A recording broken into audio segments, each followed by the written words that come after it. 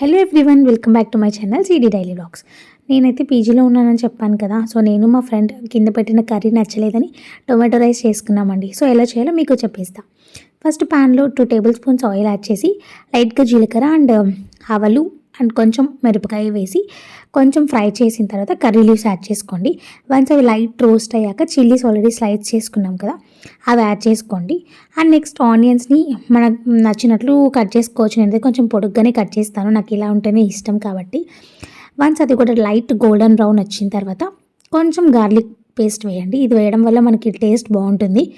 అది కూడా light fry అయిన తర్వాత చిన్న పీసెస్గా కట్ చేసుకున్న టొమాటోస్ని యాడ్ చేయండి.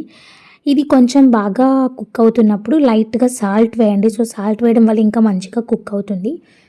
ఇది బాగా కుక్ అయిన తర్వాత ఇందులో నేనైతే కొంచెం కారం, గరం మసాలా అండ్ ధనియా అండ్ జీరా పౌడర్ యాడ్ చేశాను.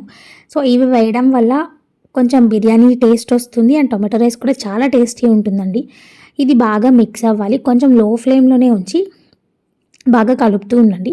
వన్స్ బాగా అది కుక్ అయిన తర్వాత ఆయిల్ కొంచెం పైకి కనిపిస్తుంటుంది కదా, ఆయిల్ బాగా రావాలండి అది కుక్ అయితే.